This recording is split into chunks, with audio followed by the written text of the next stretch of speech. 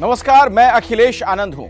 रात के 10 बजते ही हम ले आए हैं वो शो जिसका आपको फिर से होगा बेसब्री से इंतजार, क्योंकि घंटी बजाओ में हम पड़ताल करते हैं उस खबर की जिसका होता है आपसे सीधा सरोकार। मतलब जनता के मुद्दों पर सत्ता से हर रोज घंटी बजाओ में सवाल पूछा जाता है। सिस्टम के सताए हर आम आदमी की आवाज है घंटी बजाओ। आज घंटी बजाओ में बात देश के भविष्य की होगी, बात नन्हे मुन्ने देश के नौनिहालों की होगी, बात उनकी होगी जो आने वाला कल हैं। आपने अक्सर सत्ता में बैठे लोगों को हमारे आपके बच्चों की शिक्षा के लिए बड़ी बड़ी बातें करते हुए सुना होगा। बच्चों की पढ़ाई के लिए करोड़ों करोड़ के बजट ऐलान सुने होंगे, लेकिन सच्चाई क्या है वो हम आपको दिखाएंगे। तस्वीरें हैरान करेंगी, परेशान करेंगी, सवाल करेंगी, लेकिन हमारा फर्ज है इन तस्वीरों के जरिए सरकारी वादों का खोखलापन बेनकाब करें। दरअसल आज बारिश में हमारे स्कूल नहीं डूब रहे, बल्कि समूचा तंत्र उस पानी में प्रवाहित हो रहा है। भ्रष्टाचार की वजह से कहीं मंदिरों में क्लास लग रहे हैं, कहीं टेंट में। स्कूल बिल्डिंग कागजों पर है, जमीन पर सिर्फ मैदान है, टपकती दीवार, झड़ते मोटे मोटे प्लास्टर के टुकड़े और बरसात में छाते के साथ क्लासरूम में बैठकर पढ़ाई करते बच्चे। आप 8422-840000 पर मिस्ड कॉल जरूर दीजिए। पूछिए सरकार और प्रशासन से, बारिश में बह रही है पढ़ाई, क्यों ये नौबत आई?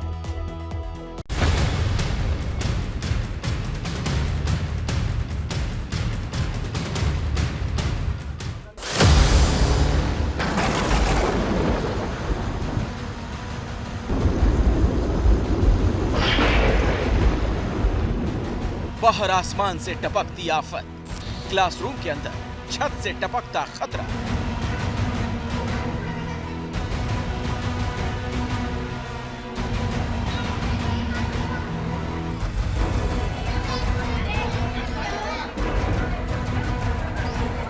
दिखावे की छतों के नीचे क्लासरूम में दिख रहा है छाता।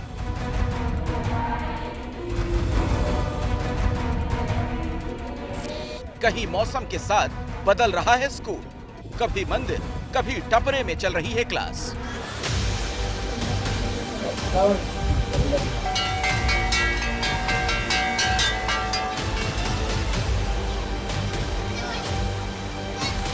कहीं टीचर को राह दिखा रहे हैं छात्र, कहीं स्कूल पहुंचने के लिए सैलाब पार कर रहे हैं छात्र।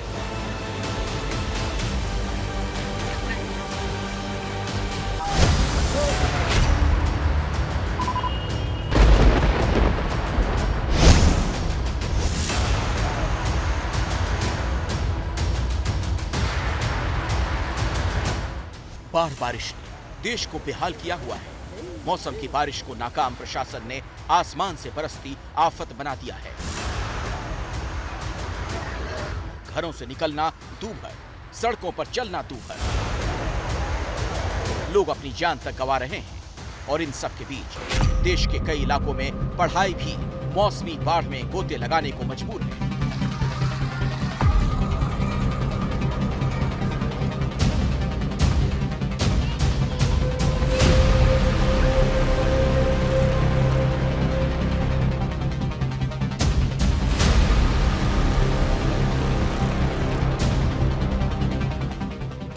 जी हां, हमने आपको इसी शनिवार घंटी बजाओ में दिखाई थी देश भर के छात्रों की हालत।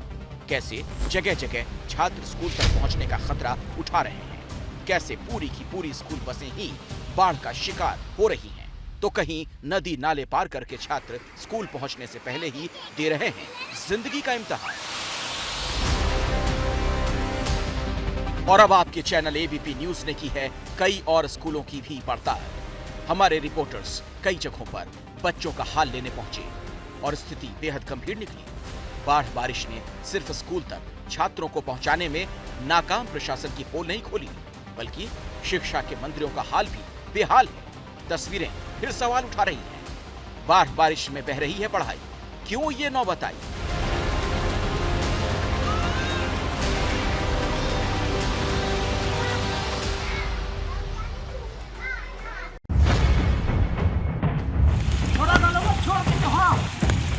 सबसे पहले तो देखिए स्कूल पहुंचने की मशक्कत की कहानी।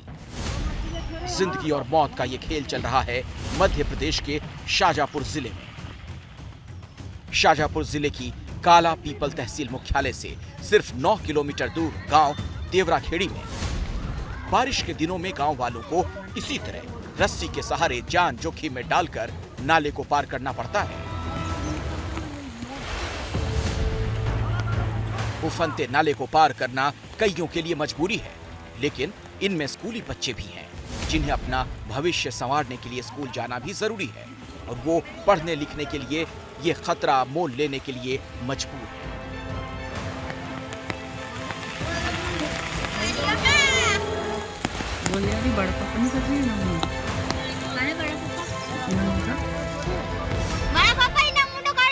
देखिए एक एक कर छात्र और छात्राएं कैसे एक शख्स की पीठ पर लद कर नाला पार कर रहे हैं। गांव देवराखेड़ी में लगभग 200 लोग रहते हैं, लेकिन आज तक मूलभूत सुविधाएं यहां उपलब्ध नहीं हुई। गांव तक पहुंचने के लिए पक्की सड़क भी नहीं है। गांव वालों को 2.5 किलोमीटर का कच्चा रास्ता तय करना पड़ता है। बिजली का भी यहाँ बुरा हाल है, लेकिन इन सब असुविधाओं के बीच ये सबसे डरावनी तस्वीर है। मासूम स्कूली छात्रों के लिए जोखिम भरे इस स्टंट का सहारा ही रह गया है। जरा सा हाथ फिसला तो कुछ का कुछ हो सकता है।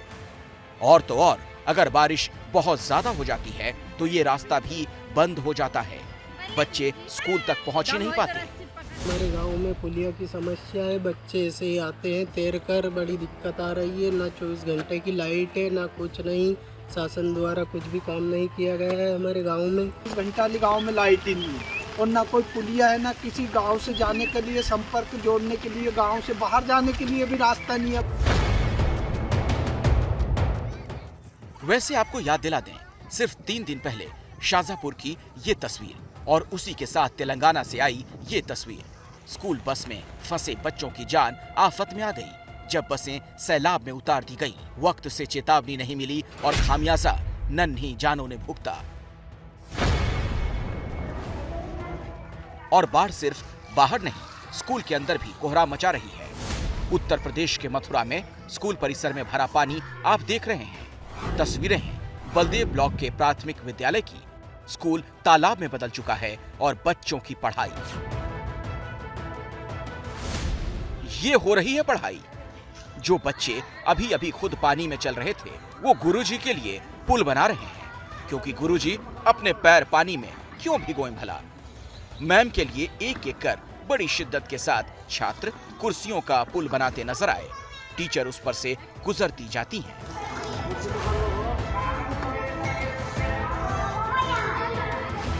टीचर का काम है बच्चों को शिक्षित करना, उन्हें राह दिखाना, लेकिन इन दिलचस्प तस्वीरों ने कहानी ही पलट दी।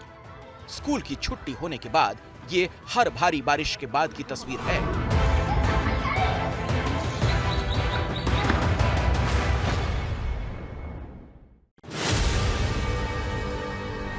और अब क्लासरूम के अंदर देखिए कैसे हो रही है पढ़ाई। क्लासरूम के अंदर छाता लगाकर हो रही पढ़ाई की ये तस्वीर एक नजर में शायद बेहद फनी लगी, क्योंकि 4 दीवारी के अंदर छाते का क्या काम, लेकिन काम है। छाते की जरूरत शिक्षा को है, वो शिक्षा जिस पर क्लासरूम के अंदर ही मंडरा रहा है बारिश का खतरा, और स्टूडेंट्स खतरे से 2-4 कुछ यूं हो रहे हैं।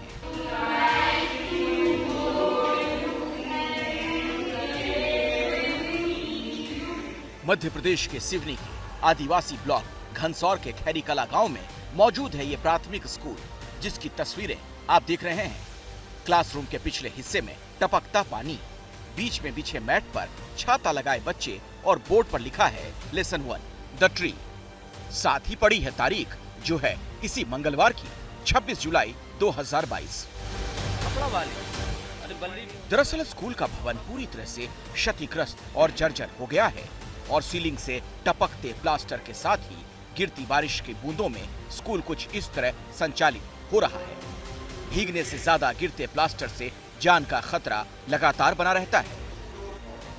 एक दिन एक बच्चा बच गया, उसके सिर पे गिर जाती और कमरों में पानी टपक रहा है, पानी भर जाता है। ऐसी स्थिति में बरसात के दिनों में यहाँ बच्चों को बिठाना और शिक्षण करना बहुत ही जोखिमपूर्ण है, कभी भी कोई घटना घट सकती है। वैकल्पिक व्यवस्था में यहाँ भवन नहीं है, जितनी भी ये कक्ष हैं सारे टपक रहे हैं और बच्चे घर से छाता बरसाती लेके आते हैं तो वो पानी में भीगने के डर से छाता लगा लेते हैं। पढ़ाने के साथ ही खुद शिक्षक भी यहाँ टपकती छतों के नीचे ही मेज डालकर प्रशासनिक काम भी करने को मजबूर हैं। स्कूल के हाल का चिट्ठी लिखकर दे चुके हैं, पर हाल जस का तस। इसके लिए पूर्व में मई में और जून में भी हमने बीआरसी कार्यालय में आवेदन किया है और इसके फोटोग्राफ भी उसमें लगा के दिए हैं, परंतु अभी तक कोई कार्रवाई हुई नहीं है। यानी विभाग के पास फोटो के सबूत समेत सारी जानकारी है, लेकिन ढीले प्रशासन की तस्वीर भी देख लीजिए। 2 महीने पहले दिए निवेदन पर अब तक काम नहीं हुआ। अब तस्वीरें मीडिया में आ गईं तो वादों से काम चला रहे हैं। इसका मरम्मत का प्रस्ताव हमने जिला शिक्षा केंद्र में भेज चुके हैं और जैसे ही पैसा आता है तत्काल उसकी मरम्मत का कार्य करवाया जाएगा। वाकई देखने वाली बात होगी कि अब भी इसका हल निकालने की कोई कोशिश शुरू होती है या बारिश का मौसम इन छात्रों के लिए क्लासरूम के अंदर भी छाते के साथ ही गुजरेगा।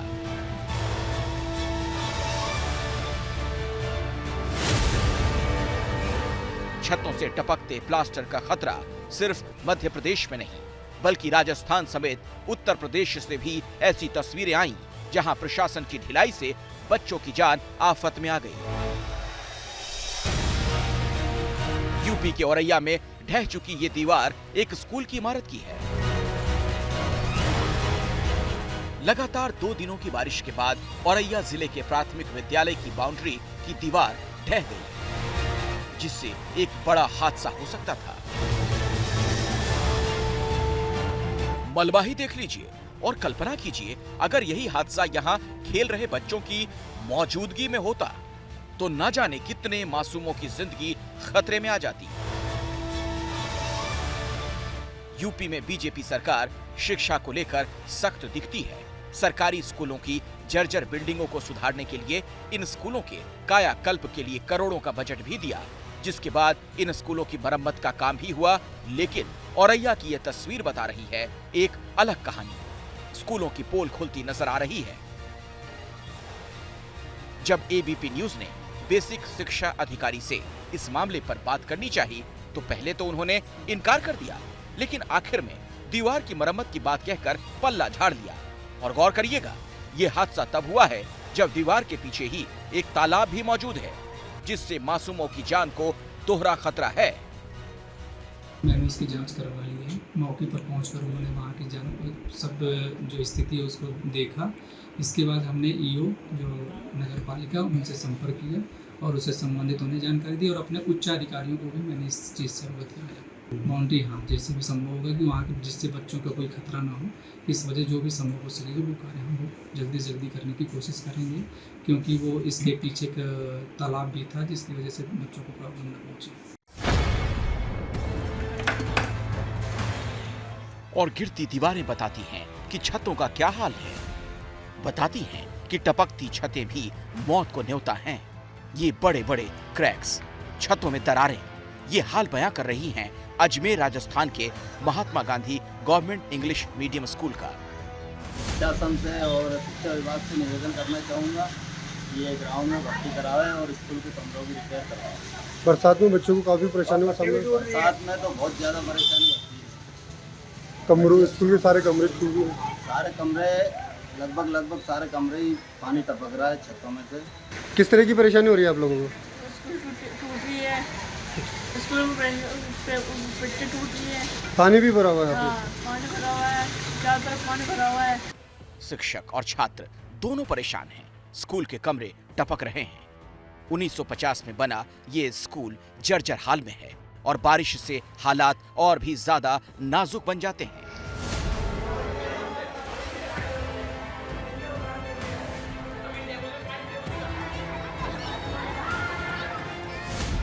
स्कूल का ग्राउंड तालाब में तब्दील हो चुका है।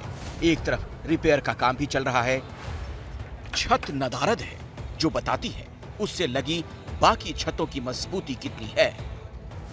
बच्चों की सुरक्षा को ध्यान में रखते हुए कुछ सुरक्षित कमरों के साथ ही बरामदे में अध्ययन करवाया जा रहा है। एक कमरे में 2-2 क्लास के बच्चे बैठाए जा रहे हैं। वो बड़े रूम्स हैं, उनमें 2 क्लासों को एंगेज किया जा रहा है, जिससे कि भी बच्चों को किसी प्रकार की समस्या का सामना ना करना पड़े। और अभी फर्नीचर आया तो एक क्लास का मुँह इधर की तरफ, एक क्लास का मुँह इधर की तरफ करके शिक्षण व्यवस्था सुचारू रूप से विद्यालय में चल रही है। और हालात काबू में कब आएंगे, ये पूछने पर प्रिंसिपल मैम बताती हैं एक लंबी कहानी जो 1950 में शुरू हुई, लेकिन 72 सालों में कोई ट्विस्ट नहीं आया। पर अब मीडिया पहुंचा है तो वादे भी तैयार हैं। विद्यालय में जल भराव है, और जल भराव इसीलिए क्योंकि प्राकृतिक रूप से जो नाड़ी परिक्षेत्र है वो विद्यालय से बिल्कुल जुड़ा हुआ है। तो बरसात के टाइम में जो भी पानी ऊपर के क्षेत्र से बहकर आता है, से नाड़ी भर जाती है, और नाड़ी भरने के बाद जैसे जैसे पानी बढ़ता जाता है तो विद्यालय में वो पानी आता जाता है। 1950 में हमारी बिल्डिंग बनी हुई जब जर्जर अवस्था में है, उसकी पट्टियाँ भी गिर चुकी है, जिनके लिए हमने उच्च अधिकारियों को लिख दिया है और उस पर अतिशीघ्र निर्णय होगा और वो जो पुरानी बिल्डिंग है उसको जमींदोज किया जाएगा, फिर नए कमरे उस पर आएंगे। और खस्ता हाल इमारत के चलते बच्चों की जान पर खतरा एमपी के डिंडोरी जिले में भी बना हुआ है। डिंडोरी के नक्सल प्रभावित इलाके में सरकारी स्कूलों के हालात कितने बदतर हैं, इसका अंदाजा इन तस्वीरों को देखकर बड़ी आसानी से लगाया जा सकता है।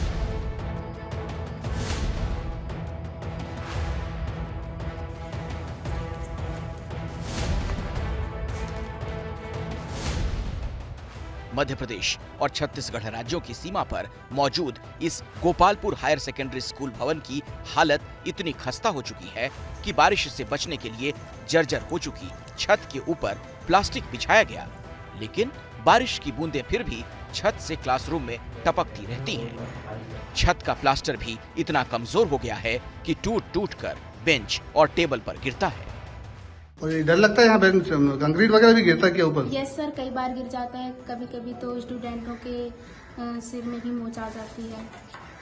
डर लगता है यहाँ बैठ के पढ़ने में? यस सर, बहुत ज़्यादा डर लगता है। सारे स्कूलों में पानी ऊपर से टपक रही है, जिसके कारण से हमें पढ़ाई में बहुत सी मुश्किलों का सामना करना पड़ रहा है। हायर सेकेंडरी स्कूल के अलावा 100 सीटर आदिवासी बालक आश्रम भवन भी खंडहर में तब्दील हो चुका है। बालक आश्रम में इलाके के दूर दराज के गरीब आदिवासी छात्रों के लिए रहने और खाने की सरकारी सुविधा है, लेकिन बच्चे यहाँ रहने से कतराने लगे हैं।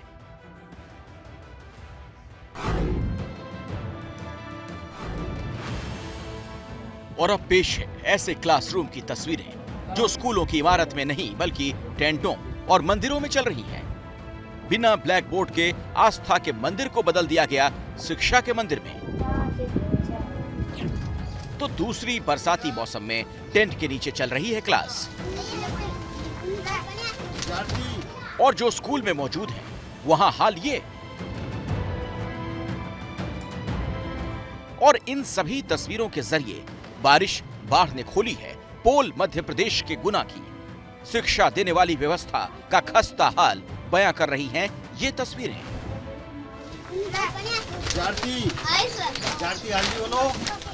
एक एक कर टीचर नाम पुकार रहे हैं, अटेंडेंस का वक्त है और बच्चे पूरे उत्साह के साथ यस सर कह रहे हैं। ब्लैक बोर्ड पर पड़ी 26 जुलाई की तारीख प्रशासन की सबसे ताजा नाकामी का बखान कर रही है। क्या यह है नए भारत की नई तस्वीर? सरकार बच्चों को स्कूल भवन, शौचालय, पानी जैसी सुविधाओं के लिए सर्व शिक्षा अभियान चलाती है, जिसके लिए करोड़ों रुपए के फंड मुहैया कराए गए, लेकिन स्कूलों के हालात नहीं बदले। 13 साल से काली भोट गांव का ये प्राइमरी स्कूल इसी तरह टेंट में लगता है। गांव के ही किसान सुखलाल भील ने टपरे में स्कूल लगाने के लिए अपने खेत में जगह दे दिए। पिछले 10 सालों से सुखलाल के खेत में स्कूल संचालित हो रहा है। शिक्षक लक्ष्मी नारायण साहू ने बताया कि बारिश में 98 बच्चों को पढ़ाने के लिए वो हर साल 10 से 12 हजार रुपए खर्च कर टेंट वाली टपरी बनवाते हैं। बीआरसी से लेकर डीईओ तक इस मामले को रखा गया, फिर भी कोई ध्यान नहीं दे रहा। हर मौसम के साथ स्कूल की जगह भी बदलनी पड़ती है। कक्षा 5 और 8 की पुनः परीक्षा आयोजित की गई थी, लेकिन हमारे यहाँ पर भारी वर्षा के कारण चूंकि फतेहगढ़ का संपर्क टूट चुका है इन गांवों से, इसलिए वो नहीं आ पाए। 2 साल पहले 2020 में राज्य शिक्षा केंद्र ने 11,82,000 रुपए भवन के लिए मंजूर कर दिए, लेकिन पता नहीं पैसे कहां चले गए। जवाब कोई नहीं दे रहा। ठंड और गर्मी में पेड़ के नीचे तो बारिश में टेंट लगे टपरे के नीचे स्कूल लगता है। सारी परेशानियों के बीच बच्चों का पढ़ाई की तरफ तो रुझान आप देख ही रहे हैं। वैसे इसी तरह पढ़कर कई बच्चे अब गुना में हाई स्कूल की पढ़ाई कर रहे हैं। सरकार को जल्द ही वक्त रहते इनकी सुध लेनी होगी। इन बच्चों का भविष्य ही देश का भी भविष्य है। तस्वीर लेकिन एक और भी है। यहाँ का एक स्कूल तो मंदिर परिसर में भी चलाया जा रहा है। मंदिर में तो अभी एक साल से लगभग लगा। तो इसके पहले भवन नहीं बन पाया? पहले कहाँ लगता था? पहले गांव में वो दलान में लगाते थे। अच्छा, तो कितने साल हो गए हैं इस स्कूल को संचालित? स्कूल को संचालित हुए 1997 में संचालित हुआ था, लगभग 25 साल हो गए। तो अभी तक भवन नहीं बन पाया यहाँ पे? नहीं, बिल्कुल नहीं बन पाया। तो आपने इसके 4-5 में सेंशन हुआ था, लेकिन जब भूमि नहीं होने से वो राशि वापस चली गई। अच्छा जी। तो आप ये सरकारी स्कूल मंदिर में ही चलाते हैं? जी, पहले निर्माणाधीन मंदिर था उसमें चलाते थे। इसके बाद जो बगल में यज्ञशाला है उसमें चलाने लगे। फिर अभी उसमें पानी वानी आने लगा तो अब इधर चलाते हैं। और पानी ने इमारतों को जिस हाल में छोड़ा वो भी देखें, क्योंकि बारिश ने ही खोली है यहाँ प्रशासन की पोल। दीवारों पर काई है, छतों से झड़ता प्लास्टर, सीलन का हाल बुरा है। अब मंदिरों और टेंट में चल रहे हैं स्कूल। और इन तस्वीरों समेत देश भर की दूसरी तस्वीरों के जरिए एबीपी न्यूज फिर पूछता है, बाढ़ बारिश में बह रही है पढ़ाई, ऐसी नौबत क्यों आई? नमस्कार, स्वागत है आपका एबीपी न्यूज में। मैं अखिलेश आनंद हूं। अभी इस वक्त घंटी बजाओ में आप भ्रष्टाचार के खिलाफ घंटी बजाएं, क्योंकि जो तस्वीरें सामने आ रही हैं बहुत चौंकाने वाली हैं। पश्चिम बंगाल से अभी की बड़ी खबर, अर्पिता मुखर्जी के एक और घर से कैश मिला है। अर्पिता के बेलघरिया इलाके के फ्लैट से 20 करोड़ कैश, 2 करोड़ के गहने मिले। अभी भी ईडी की छापेमारी वहां चल रही है। ये तस्वीरें जरा देखिए, आंखें चौंधिया देने वाली तस्वीरें, हैरान करने वाली तस्वीरें हैं। ये आप देख रहे हैं 2-2 हजार के गुलाबी नोटों का बंडल, 500-500 के नोटों का बंडल, 20 करोड़ रुपए नकद बरामदगी की अब तक की सूचना है। इसके पहले 21 करोड़ की बरामदगी हो गई, यानी कुल मिलाकर लगभग 41 करोड़ कैश मिल चुका है अर्पिता मुखर्जी के पास से। यह उनका बेलघरिया वाला घर, जहां पर आज प्रवर्तन निदेशालय की यह बड़ी कार्रवाई हुई। और ये जो आप पैकेट्स देख रहे हैं, यह बताया जाता है कि इसके अंदर भी नोट हैं। और ये नोट कहां तक पहुंचाए जाने थे, बाकायदा इसका पूरा जिक्र उन बंडलों के ऊपर है। ये तस्वीरें यकीनन हैरान करती हैं। ये आप देखिए किस तरीके से यहां पर पैसे की बरामदगी हुई है। और जैसा कि मैंने आपको पहले भी बताया, इसके पहले भी 21 करोड़ रुपए मिले थे, आज 20 करोड़, तो कुल मिलाकर यह आंकड़ा लगभग 41 करोड़ पहुंच जाता है। अब तक 41 करोड़ नकद की बरामदगी। इसके अलावा सोना गहना वो अलग है, कई प्रॉपर्टी के दस्तावेज मिले हैं, यानी काला धन आप साफ तौर पर देख सकते हैं किस तरीके से बरामद हुआ है। अब तक लगभग 41 करोड़ रुपए कैश, इसके अलावा करोड़ों के गहने भी मिले हैं, कई प्रॉपर्टी के दस्तावेज मिले हैं। तो ये शिक्षा भर्ती घोटाला कितना बड़ा, इसका आप अंदाजा लगाइए और इसमें कितने लोग शामिल होंगे आप समझ सकते हैं। सत्ता में बैठे लोगों की शह के बिना यह संभव नजर नहीं आता, जितना बड़ा यह घोटाला दिख रहा है। कैश क्वीन का जो ठिकाना है, देखिए उससे कितना खजाना मिला। अर्पिता के एक और घर से कैश जब्त किया गया है। बेलघरिया वाले फ्लैट से 20 करोड़ नकद की बरामदगी हुई है। इन्फोर्समेंट डायरेक्टरेट की छापेमारी में 2 करोड़ के गहने भी मिले हैं और नोट गिनने के लिए बाकायदा मशीनें मंगवाई गई हैं। पहले भी करीब 21 करोड़ रुपए मिले थे, आज 20 करोड़ मिल चुके। भर्ती घोटाले का पैसा होने का यह इल्जाम है। छापे में कई और प्रॉपर्टी के दस्तावेज भी मिले हैं। और भर्ती घोटाले में गिरफ्तार हैं अर्पिता मुखर्जी। गिरफ्तार मंत्री पार्थ चटर्जी की करीबी हैं अर्पिता।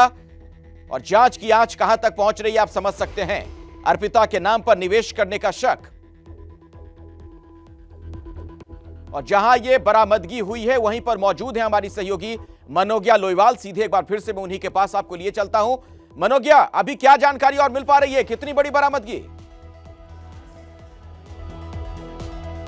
देखिए, ये बरामदगी की शुरुआत है। अभी कम से कम 15 से 20 करोड़ रुपए गिने जा चुके हैं और सूत्र ये बता रहे हैं कि 50% ही गिनती हुई है।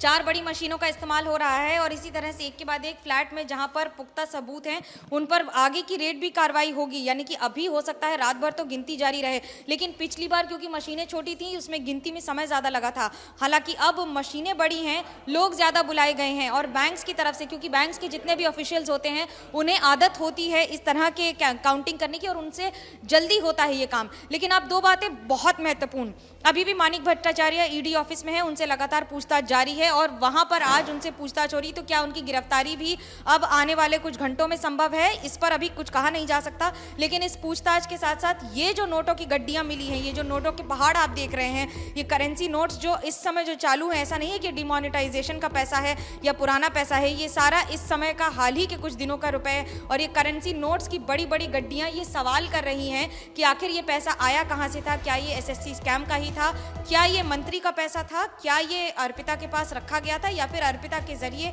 कहीं और पहुंचाया जा रहा था। ईडी ये जानने की कोशिश करेगी, लेकिन सबसे पहले ये सीजर यानी कि बरामदगी और उसके बाद लिखित तौर पर एक एक चीज की एंट्री कर दी जाएगी, जो कि आज रात भर चलेगा। यहाँ पर कोलकाता पर नजरें बहुत सारे कारणों की वजह से हैं। पहला ये कि एक और राजनीति है, तो वहीं दूसरी ओर ये अथाह मैं उस पर आता हूं मनोज्ञा, मैं आगे उस पर राजनीति पर भी बात करूंगा, लेकिन उससे पहले ओम प्रकाश तिवारी भी चूंकि हमारे साथ जुड़ गए, हमारे वरिष्ठ सहयोगी, उनका हम रुख कर लेते हैं।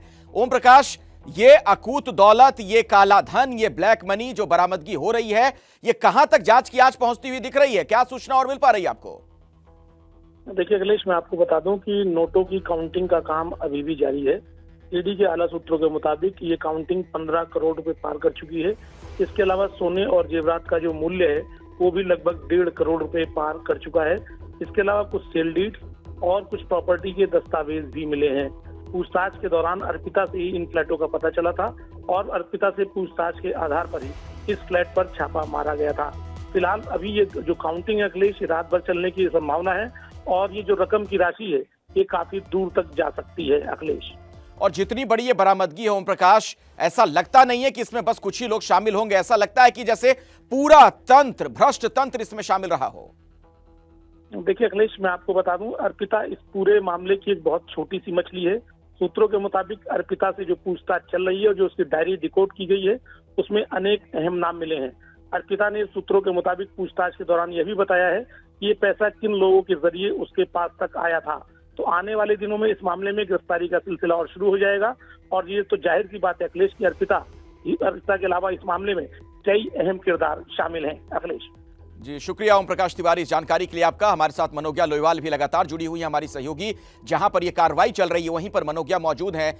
मनोज्ञा, देखिए, आप जहां मौजूद हैं उस फ्लैट को फिलहाल सील कर दिया गया है, बेलघरिया में जो अर्पिता मुखर्जी का फ्लैट है, लेकिन इसी बिल्डिंग में एक दूसरा फ्लैट भी है जहां पर अभी कार्रवाई चल रही है। इस बारे में जरा और बताइए। देखिए, उस कार्रवाई में वहां पर भी बिल्डिंग की एंट्री बंद है, लेकिन क्योंकि इसको सील कर दिया गया है इसलिए आप इसके सामने कम से कम खड़े रह सकते हैं। लेकिन बाकी इमारतों में, यानी कि ब्लॉक 5 में जो 8 नंबर फ्लैट है 8A, उसको इस समय पूरी बिल्डिंग को सील कर दिया गया है। वहां पर अभी कोई नहीं जा सकता है, सिर्फ जो रेजिडेंट्स हैं उन्हें अलाउड है, उन्हें परमिशन है आने और जाने की, ID कार्ड या फिर अपना घर का एड्रेस दिखाकर, कागजात दिखाकर। लेकिन इसमें 2 बातें बहुत महत्वपूर्ण, जैसा ओपी बता रहे थे उन्हीं की बात को आगे बढ़ाते हुए, ये बात सच है कि अर्पिता सिर्फ एक मोहरा हो सकती है या फिर एक बहुत इंपॉर्टेंट भरोसेमंद व्यक्ति जिसके पास रुपए रखे जाते हों, यानी कि अपने जो रुपए भरोसेमंद किसी व्यक्ति को दिए जाते हैं उसमें अर्पिता की गिनती हो सकती है, पार्टी में या फिर तृणमूल कांग्रेस में कि नहीं, ये इस पर अभी तृणमूल कांग्रेस ने साफ कह दिया है कि उनका पार्टी से कोई लेना देना नहीं है। लेकिन जो तस्वीरें बार बार आई हैं उन पर ये सवाल उठ रहे हैं कि अगर पार्थ चैटर्जी के साथ कोई मंच पर लगातार एक नहीं कई मंच पर रहा है तो वो उनके साथ तो जरूर कार्यरत रहा है। किस तरह से, किस हद तक, इसकी जानकारी, इसकी पुष्टि नहीं है, लेकिन अर्पिता से मिली जानकारी के आधार पर ईडी अब एक के बाद एक इसी तरह से पूछताछ करेगी। और जो कागजात मिल रहे हैं, ऐसा नहीं है कि यहाँ पर और ज्यादा कागज नहीं मिले, अब इन कागजों के आधार पर ही आगे की कार्रवाई होगी। मनोज्ञा, जरा एक बात बताएं, जो ये बरामदगी हुई है, जो हम देख रहे हैं यहाँ पर ये गुलाबी नोट, ये हरे हरे नोट नजर आ रहे हैं, क्या यह माना जाए कि जो भर्ती घोटाले में लोगों से वसूली की गई होगी वही काला धन है ये? देखिए, ये कोई नहीं कह सकता है कि ये सिर्फ उसी का है या नहीं, लेकिन अगर इसका हिसाब नहीं मिल रहा है तो इसका हिसाब तो देना पड़ेगा। आज ही सुप्रीम कोर्ट ने जिस तरह से पीएमएलए में ईडी को इतनी ताकत दे दी है कि अब वो गिरफ्तारी भी कर सकते हैं और अपनी जानकारी के आधार पर आगे के आने वाले दिनों में हर कार्रवाई कर सकते हैं, तो इसके बाद अब स्थिति और चीज़ें बदल जाएंगी। अब तक ईडी को बाकी सारी चीज़ों पर, बाकी सारी एजेंसियों पर बहुत निर्भर रहना पड़ता था या फिर कागजों के आधार पर हर काम 3 गुना मेहनत से करना पड़ता था, लेकिन अब उनके पास ये ताकत है। हालांकि दूसरी बात ये सबसे महत्वपूर्ण कि पार्थ चटर्जी का ही ये पैसा है कि नहीं और ये अर्पिता के पास रखा गया था, ये अर्पिता ही साबित कर सकती हैं। या तो वो बताएंगी कि ये पैसा कहां से आया है, और अगर नहीं बता पाएंगी तो फिर ईडी इसकी जांच करेगी कि ये पैसा हवाला में जा रहा था, कहां से आ रहा था, लेकिन अर्पिता अगर पार्थ चटर्जी का नाम ले रही हैं, मनोज्ञा, अगर अर्पिता पार्थ चटर्जी का नाम ले रही हैं, उनका पैसा बता रही हैं, तो जाहिर तौर पर यह मनी ट्रेल जो है इसमें हो सकता है कि सत्ता के कई करीबी लोग फंसे आने वाले दिनों में। जी बिल्कुल, और एक ही नहीं हो सकता है। आज ही एक विधायक से अगर मानिक भट्टाचार्य से आज भी सारे दिन पूछताछ जारी रही है, अभी भी वो ईडी के दफ्तर में है। तो वहीं दूसरी ओर परेश अधिकारी जिनकी बेटी के लिए सवाल उठे थे, वो भी उनसे भी पूछताछ हुई है। ऐसा नहीं कि पूछताछ नहीं हो रही है, पूछताछ हो रही है, लेकिन पूछताछ में ये साबित करना होगा कि यही एसएससी का पैसा है जो 2012 से लेकर अभी तक कई सारी नौकरियों या फिर रिक्त पदों को भरने के लिए या फिर ट्रांसफर के लिए लिए गए हैं। इसमें सबसे बड़ी भूमिका उन किताबों की है, उन डायरीज की है, उस काली डायरी की है, उस छोटे नोटपैड की है जो मिला है, और उसी के आधार पर जिसमें डिटेलिंग है कि वो पैसा किसको गया है, कितना गया है और कब गया है। आज अब भ्रष्टाचार के खिलाफ घंटी बजाइए, क्योंकि पश्चिम बंगाल से जो खबर आ रही है यकीनन चौंकाने वाली है। अर्पिता मुखर्जी के एक और घर से कैश मिला है। अर्पिता के बेलघरिया इलाके के फ्लैट से 20 करोड़ कैश की बरामदगी हुई है और करोड़ों के गहने भी मिले हैं। पहले 21 करोड़ की बरामदगी हुई थी कैश की, अब फिर से 20 करोड़ यानी कुल मिलाकर लगभग 41 करोड़ रुपए नकद बरामद किए जा चुके हैं। और आपके सामने ये नोटों का बंडल। आइए सीधे आपको लिए चलते हैं हम मनोज्ञा लोईवाल के पास। हमारी सहयोगी यहीं पर मौजूद हैं जहां पर ईडी की कार्रवाई चल रही है। मनोज्ञा, कब तक कार्रवाई चलेगी और क्या बता रहे हैं जांच एजेंसी के लोग, कितना धन वहां पर हो सकता है? और देखिए, अगर मैं दोनों सीजन की बात करूं तो अभी तक करीब 45 करोड़ रुपए की बरामदगी हो चुकी है, और इसमें करेंसी नोट्स यानी कि नोट जो सामने दिख रहे हैं, जो नोटों का ढेर दिख रहा है, पहाड़ दिख रहा है, वो है, और उसके साथ साथ गहने भी हैं शामिल। अब इस घर को जैसे सील किया गया है, इसमें इन फ्लैट्स की कीमत नहीं इंक्लूड की गई है, जबकि एक एक फ्लैट की कीमत मिनिमम 1 करोड़ रुपए बताई जा रही है। भले ही इसका मेंटेनेंस ना दिया गया हो, लेकिन इनको खरीदने में जितना रुपया लगा गया है, और कई जगह पर ये भी ईडी के सोर्सेज बता रहे हैं कि कुछ फ्लैट जो खरीदे गए हैं वो या तो कैश पेमेंट पे खरीदे गए हैं, तो अब उसकी भी बरामदगी करनी होगी और उसकी भी डिटेलिंग लेनी होगी। अभी की बड़ी खबर पर लगातार हमारी नजर बनी हुई है। पश्चिम बंगाल में काले धन का अंबार मिला है। ये जो आप देख रहे हैं नोटों की गड्डी, पूरा पहाड़ नजर आ रहा है।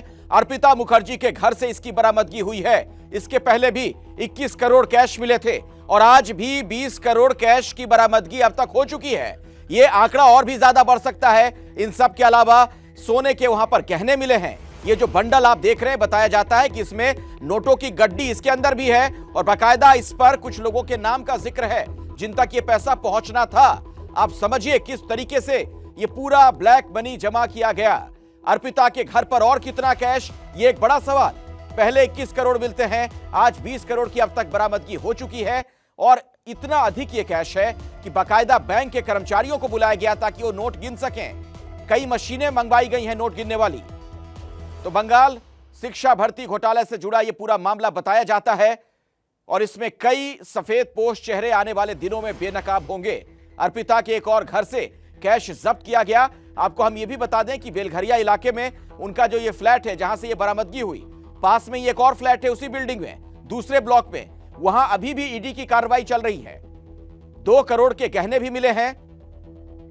तो कह सकते हैं आप ये कैश क्वीन। और इसका ठिकाना, जब यहां पर यह कार्रवाई हुई, नोट गिनने की 5 मशीनें मंगवानी पड़ी हैं, बड़ी मशीनें।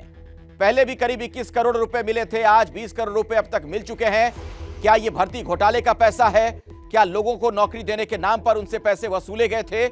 अभी जैसे जैसे यह पूरी जांच आगे बढ़ेगी, आप समझ सकते हैं कि जांच की आंच कहां तक पहुंचेगी। कई बड़े लोगों के नाम सामने आ सकते हैं। अर्पिता के नाम पर निवेश करने का शक भी है, चूंकि अर्पिता के घर से ही ये सारे पैसे मिले हैं। और इसी खबर पर आगे आप सनसनी में पूरी जानकारी विस्तार से देखने वाले हैं। आप जुड़े रहिए हमारे साथ, देखते रहिए एबीपी न्यूज। जैसे ही घड़ी का काटा दोपहर 2:30 पे आए, बबीता जी का दिल सास बहू साजिश के लिए मचल जाए। और ये है इनकी बहू, पूरे दिन ऑफिस की टेंशन हो जाए गॉन जब ये करें अपना फेवरेट शो फ्री टाइम पे ऑन। इनकी तरह आप भी देखिए अपना फेवरेट शो अपने टाइम पर और डाउनलोड कीजिए एबीपी लाइव ऐप अपने स्मार्ट टीवी पर।